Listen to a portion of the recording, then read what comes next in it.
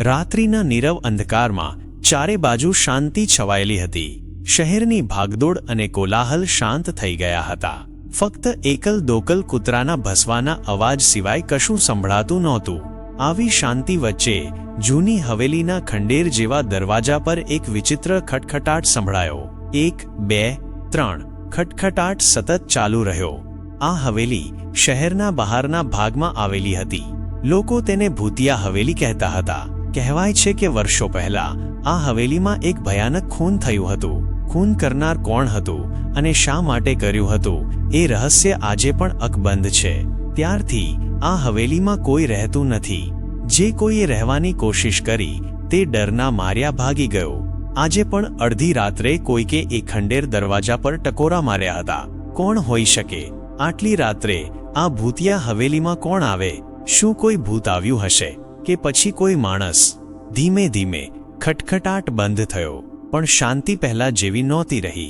એક અજીબ પ્રકારનો ડર હવેલીની આસપાસ ફરી રહ્યો હતો. જાણે કોઈ અદૃશ્ય શક્તિ હવેલીની અંદરથી બહાર નીકળી રહી હોય.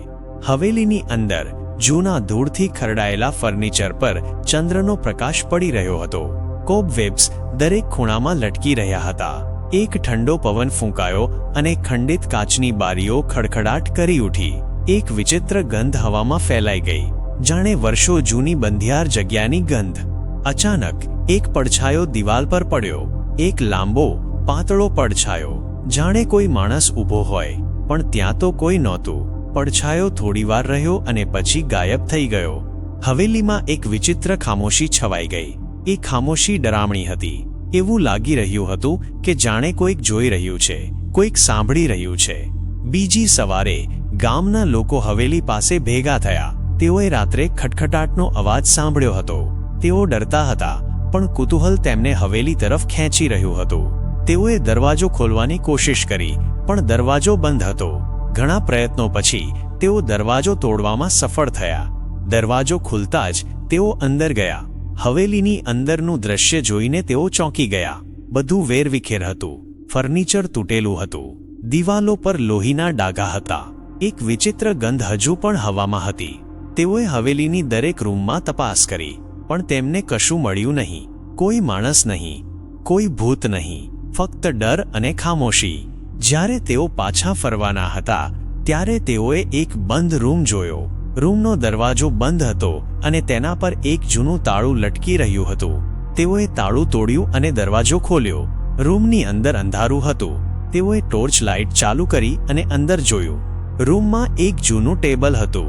ટેબલ પર એક ડાયરી પડેલી હતી. ડાયરી ધૂળથી ખરડાયેલી હતી. તેઓએ ડાયરી ખોલી અને વાંચવાનું શરૂ કર્યું. ડાયરીમાં એક ખૂન વિશે લખેલું હતું. એ ખૂન વર્ષો પહેલા આ હવેલીમાં થયું હતું. ડાયરીમાં લખ્યું હતું કે ખૂન કરનાર એક માણસ હતો. એ માણસનું નામ હતું વિજય. વિજય આ હવેલીનો માલિક હતો. વિજયે તેની પત્નીનું ખૂન કર્યું હતું. ખૂન કરવાનું કારણ હતું જમીન. વિજય તેની પત્નીની જમીન પડાવી લેવા માંગતો હતો. ખૂન કર્યા પછી વિજય ભાગી ગયો. કોઈએ તેને જોયો નહોતો. પોલીસે તેની ખૂબ શોધ કરી, પણ તે મળ્યો નહીં. ડાયરીમાં આગળ લખ્યું હતું કે વિજય ખૂન કર્યા પછી પસ્તાવો કરી રહ્યો હતો. તેને લાગી રહ્યું હતું કે તેની પત્નીનો આત્મા તેને પરેશાન કરી રહ્યો છે. તેણે ડાયરીમાં લખ્યું હતું કે તે હવેલીમાં પાછો આવશે અને તેના ગુનાની કબૂલાત કરશે.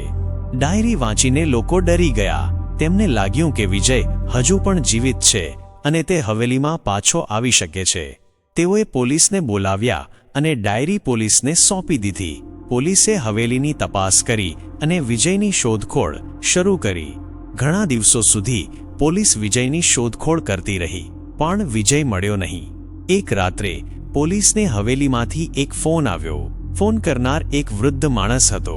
તેણે કહ્યું કે તેણે વિજયને જોયો છે. પોલીસ તરત જ હવેલી પહોંચી. તેઓએ વૃદ્ધ માણસને પૂછ્યું કે તેણે વિજયને ક્યાં જોયો હતો. વૃદ્ધ માણસે કહ્યું કે તેણે વિજયને હવેલીના પાછળના ભાગમાં જોયો હતો. પોલીસ હવેલીના પાછળના ભાગમાં ગઈ. ત્યાં તેઓએ એક જૂનું કૂવો જોયો. કૂવાની પાસે એક માણસ બેઠો હતો. એ માણસ વિજય હતો. વિજય ઘણો વૃદ્ધ થઈ ગયો હતો. તેના વાળ સફેદ થઈ ગયા હતા. તેની આંખોમાં પસ્તાવો હતો. પોલીસે વિજયને પકડી લીધો. વિજયે પોલીસને કહ્યું કે તેણે તેની પત્નીનું ખૂન કર્યું હતું. તેણે કહ્યું કે તે ઘણા વર્ષોથી પસ્તાવો કરી રહ્યો હતો. વિજય પોલીસને કહ્યું કે તે હવેલીમાં પાછો આવ્યો હતો તેના ગુનાની કબૂલાત કરવા માટે. પોલીસે વિજયને જેલમાં મોકલી દીધો. બીજા દિવસે ગામના લોકો હવેલીમાં ભેગા થયા. તેઓ જાણવા માંગતા હતા કે શું થયું હતું. પોલીસે લોકોને કહ્યું કે વિજય પકડાઈ ગયો છે અને તેણે તેના ગુનાની કબૂલાત કરી છે. લોકોએ રાહતનો શ્વાસ લીધો. તેઓ હવે ડરથી મુક્ત થઈ ગયા હતા. તે રાત્રે હવેલીમાં ફરીથી શાંતિ છવાઈ ગઈ, પણ એ શાંતિ પહેલા જેવી નહોતી. એ શાંતિમાં એક સંતોષ હતો, એક સમાધાન હતું. જો તમને આ વાર્તા ગમી હોય તો તેને લાઇક અને શેર કરો અને અમારી ચેનલને સબસ્ક્રાઇબ કરવાનું ભૂલશો નહીં.